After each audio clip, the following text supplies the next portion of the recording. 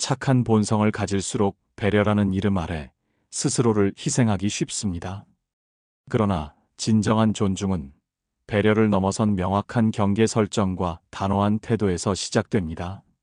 남을 위하는 마음은 훌륭하지만 그 마음이 자신을 갉아먹는 독이 되어서는 안 됩니다. 내가 존중받기 위해선 어떻게 해야 할까요? 무심코 베푸는 배려가 오히려 나를 만만하게 보이게 만들 수 있다는 사실을 인지해야 합니다. 진정으로 존중받는 착한 사람은 자신의 가치를 지키는 지혜로운 사람입니다. 자신의 감정과 필요를 존중하고 부당한 요구에는 단호히 거절할 줄 아는 용기가 필요합니다. 내가 먼저 나를 존중할 때 비로소 타인에게서도 존중을 얻을 수 있습니다. 이는 단순히 개인의 심리적인 문제를 넘어서 사회적 관계 속에서 자신의 위치를 공고히 하는 중요한 전략이 됩니다. 자신의 존엄성을 지키는 행위는 타인에게도 긍정적인 영향을 미치며 결국 더 건강하고 상호적인 관계를 형성하는 기반이 됩니다. 스스로를 돌보고 아끼는 것이 이기적인 행동이 아니라 장기적인 관점에서 모두에게 이로운 선택임을 깨달아야 합니다. 우리는 종종 착한 사람이라는 프레임에 갇혀 살아갑니다. 타인의 기대를 저버릴까 두려워 자신의 목소리를 내지 못하고 상대방의 감정을 해칠까 염려하여 정작 자신의 감정은 외면하곤 합니다. 이 과정에서 발생하는 것이 바로 착한 사람 콤플렉스입니다. 거절을 어려워하고 타인의 감정에 지나치게 예민하게 반응하며 자신의 욕구보다 남을 먼저 생각하는 경향은 착한 사람의 전형적인 특징입니다. 칭찬과 인정을 갈구하고 갈등을 회피하려는 심리는 결국 자신을 희생하게 만듭니다. 책임감이 강하고 완벽을 추구하려는 성향 또한 자신을 과도한 부담감에 시달리게 하며 자기 감정에 둔감해지는 결과를 낳습니다. 이러한 특징들은 단기적으로는 주변 사람들에게 좋은 사람으로 비춰질 수 있지만 장기적으로는 자신을 소진시키고 관계의 불균형을 초래합니다. 자신의 시간, 감정, 에너지를 지나치게 희생하면 결국 타인에게 이용당하기 쉬운 위치에 놓이게 됩니다. 진정한 관계는 서로의 경계를 존중하는 데서 시작됩니다. 우리는 사회적 동물로서 타인과의 관계 속에서 존재하지만 그 관계가 나 자신을 잠식하는 형태로 흘러가서는 안 됩니다. 자신의 내면의 소리에 귀 기울이고 그 소리가 왜곡되거나 억압되지 않도록 주의해야 합니다. 착한 사람 콤플렉스는 마치 자신을 옥죄는 보이지 않는 사슬과 같아서 벗어나기 위해서는 상당한 용기와 노력이 필요합니다. 타인의 시선과 평가로부터 자유로워질 때 비로소 진정한 자아를 발견하고 존중받을 수 있는 길을 열 수 있습니다. 이러한 자기 성찰의 과정은 때로는 고통스러울 수 있지만 결국에는 더욱 단단하고 성숙한 자신을 마주하게 할 것입니다. 이러한 착한 사람 콤플렉스를 극복하고 존중받는 사람으로 거듭나기 위해서는 몇 가지 중요한 변화가 필요합니다. 첫째, 자신을 아끼고 이해해주는 사람들에게 솔직해지는 연습이 필요합니다. 자신의 감정을 솔직하게 표현하는 것은 결코 이기적인 행동이 아닙니다. 오히려 건강한 관계를 형성하고 유지하는 데 필수적인 요소입니다.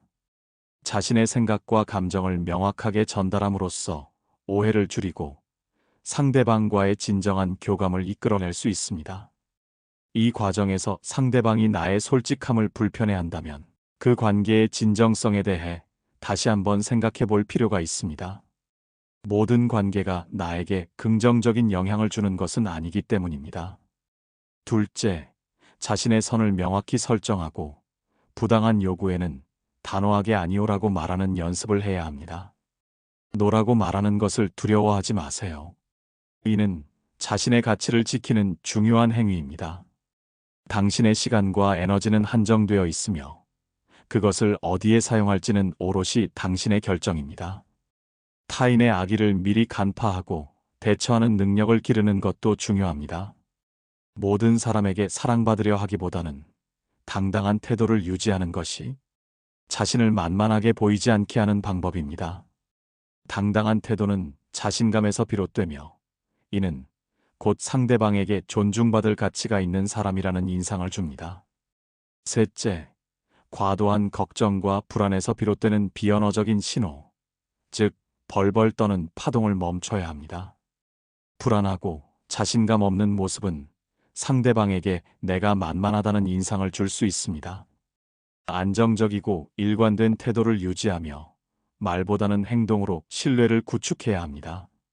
자신의 공을 다른 사람에게 돌리는 겸손함은 중요하지만 그렇다고 해서 자신의 노력을 과소평가해서는 안 됩니다.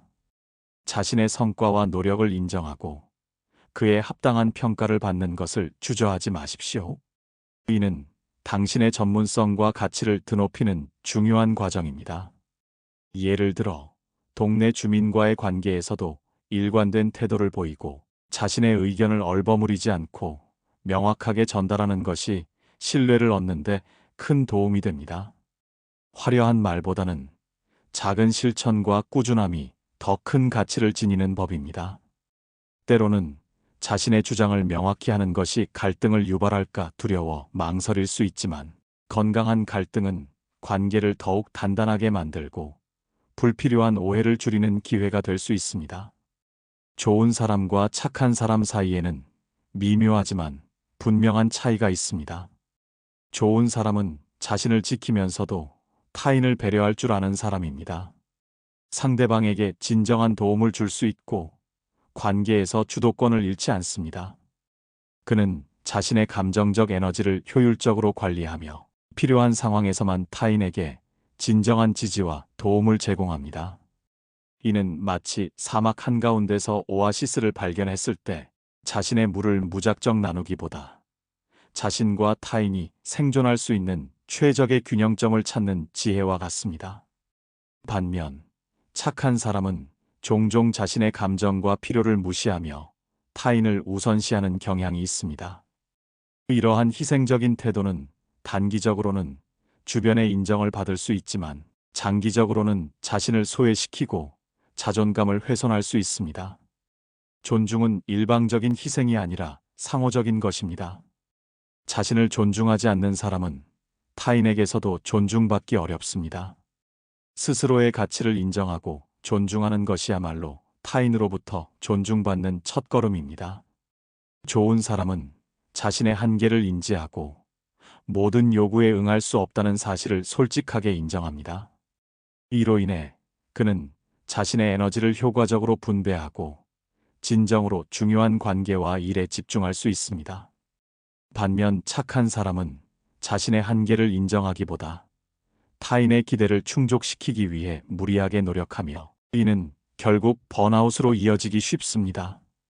이러한 차이는 단순한 성격 유형의 구분을 넘어 개인의 삶의 질과 관계의 건강성을 결정하는 중요한 요소가 됩니다. 그렇다면 착한 사람을 무시하는 사람들의 심리는 무엇일까요?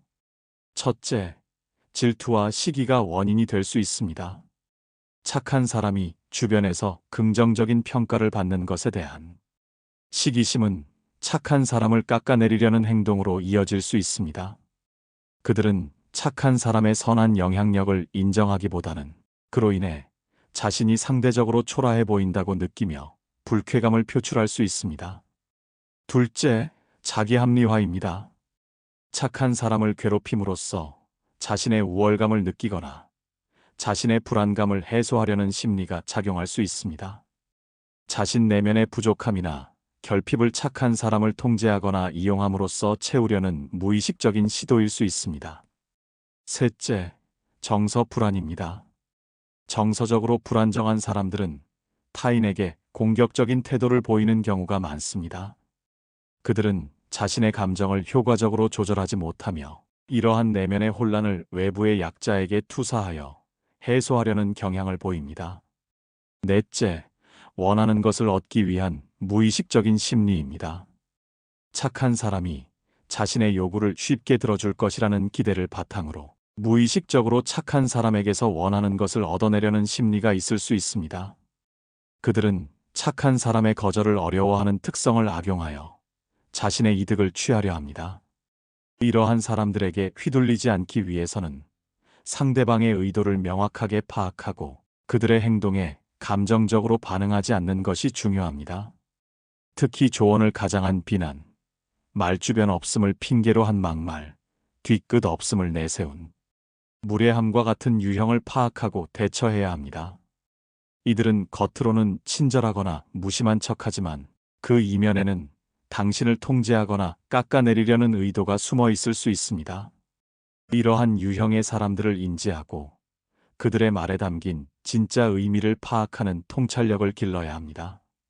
감정적으로 반응하기보다는 논리적이고 단호하게 대응하는 것이 중요합니다. 상처 주는 말에 억지로 미소 짓지 말고 자신의 감정을 보호하는 것은 매우 중요합니다. 자신의 정신적 안녕과 자존감을 해치는 관계는 과감히 정리할 용기가 필요합니다. 모든 관계를 유지하려 애쓰는 것보다 자신에게 긍정적인 영향을 주는 관계에 집중하는 것이 현명합니다. 이는 마치 낡고 해진 옷을 정리하고 나에게 잘 맞는 새 옷을 드리는 것과 같습니다. 불필요한 짐을 덜어내야 비로소 더 가볍게 나아갈 수 있습니다. 착한 마음을 유지하되 모든 사람과 모든 상황에서 예외 없이 친절하려 할 필요는 없습니다. 악의를 간파하는 통찰력을 기르고 당당한 태도를 유지하는 것이 중요합니다. 이 통찰력은 당신이 타인의 의도를 정확히 파악하고 당신의 에너지와 시간을 어디에 투자할지 현명하게 결정할 수 있도록 돕습니다. 더 나아가 자신의 감정을 소중히 여기고 필요할 때는 단호하게 자신을 보호해야 합니다. 무능하거나 우유부단한 이미지를 벗고 일 잘하는 사람으로 인식되는 것도 중요합니다. 자신의 역량을 보여주고 명확하게 의사를 표현하며 상황에 맞는 적절한 언행을 통해 신뢰감을 쌓아야 합니다.